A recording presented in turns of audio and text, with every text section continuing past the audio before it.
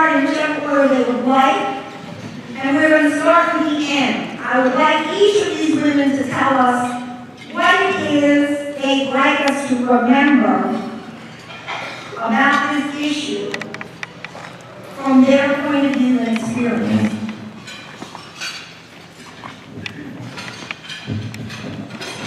Good afternoon. I'll keep my comments brief. I was first exposed to this issue in 1999 when I first went to bench as a juvenile court judge. And frankly, was quite taken aback that this type of activity was going on in the city of Atlanta to the extent that it is. And while we did a lot of work over the past 12 years to eradicate the issue, it remains an issue and it's gone more underground. And so what I would like us to leave here is with a commitment to make some contribution to this long-term effort of eradication. Each of us can make an effort in some kind of way, whether it's through education, mentoring, contributing, but it remains an issue. It's one that we need to use various creative approaches to address. And I would hope that when we meet today, that each of us feels compelled to take some step toward addressing this issue. Thank you. I was just sitting here thinking that we're seated in the order of how the movement emerged in Atlanta.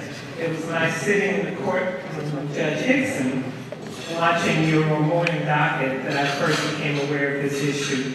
And during the work that we did around organizing this community, is how I met Lisa, who has been on the forefront of making sure that not only her story is told, but also the stories of so many young women.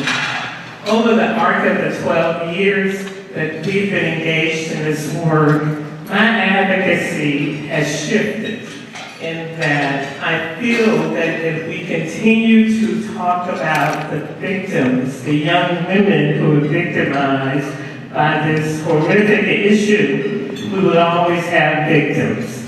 I have shifted the focus, and I would like to talk more about this later, around what makes this condition possible. And that is because it is very profitable. You heard the young woman who can make $200 an hour. Think about that, 4 or 5 men a day. She is making that trafficker $1,000 a night. Multiply that by the number of girls who engage. Now that is horrific in itself. But what's even more horrific are the 4 or 5 men who are paying the $200. Yeah, that's true. So as long as you have men who know that they can, with very low risk, buy young girls, the trafficker is the middleman, the business person.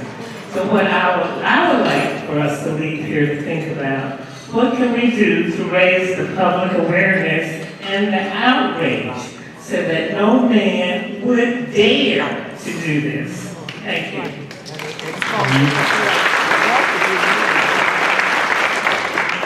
Good afternoon.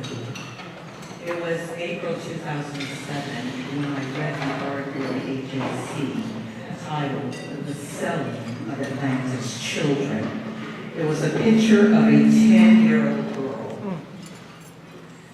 She had shackles around her ankles, and she was being charged with the act of prostitution. There was something so desperately wrong with that. And that her trafficker and the men who had bought and sold her in 3 minutes over the internet were not being held accountable. And it was because of that article and Judge Nina Hickson's advocacy and wanting the community to know the travesty that was happening that Living Water for Girls was born. What I want you to take away today are 3 things. First of all, know that she is a child. She is our daughter. Ours. Secondly, that rescue is not a singular act. when the FBI brings the girls to me, they've been rescued. But every day she wakes up, there's a recorder in her head that goes off and tells her she's a commodity, that she must run back to that pimp. We've dressed it up and they're called traffickers now, but let's just be very real. They are what they are. They're buying and selling our daughters. And once we rescue her from those memories, which may take a lifetime, we have to provide her with a way out. See, when we put her back into the community, do we provide her with additional vocational skills, education, access to college, to making a living wage, so that she won't now go back herself to the strip clubs and to the streets? And thirdly, please remember, as Ms. Richardson said to you, we must ask the most important question and answer it.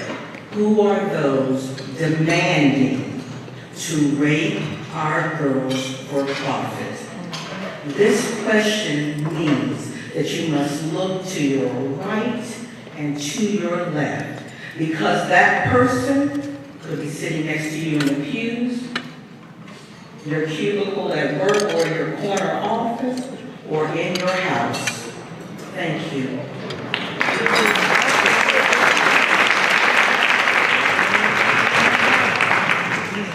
Good afternoon, everyone. I think that for me, the thing that I would like for everyone to take away are these words: but for the grace of God. But for the grace of God. I'm from Atlanta, Georgia. And in this room today, I see many beautiful women. I actually see individuals who poured into my life, like Ms. Patterson, who was my principal at Luncheon Middle School, Ms. Lucas, who was my elementary school 5th grade teacher. So I'm from here. I know Atlanta. I knew Stewart Avenue, Metropolitan Parkway. That's where I used to go and get Captain G's after school when I made a good grade. I know Lawrenceville Highway. I know Fulton Industrial Boulevard, because those are the areas where I grew up. It's where I was. But ladies and gentlemen, those are the areas where our children are being exploited. And please know, understand, and believe that there's nothing that separates us from them. When you see the faces of these women, of these young girls that you've seen on the video, they are smart. They are educated. They have hopes, goals, and dreams. But one second occurred in their lives, and they made either, in some instances, a decision, or a decision was forced upon them. And it's only but for the grace of God that we were not them. So what I want you to take away is that this is a problem of international proportions. It knows no street, no zip code, no school, no particular way of life. It strikes and can strike anyone. As we like to say, oftentimes even in my office, from Bankhead to Buckhead. No one is immune to this. And I think that this goes to Ms. Richardson's point, Ms. Hickson's point, as well as Ms. Williams' point, public awareness.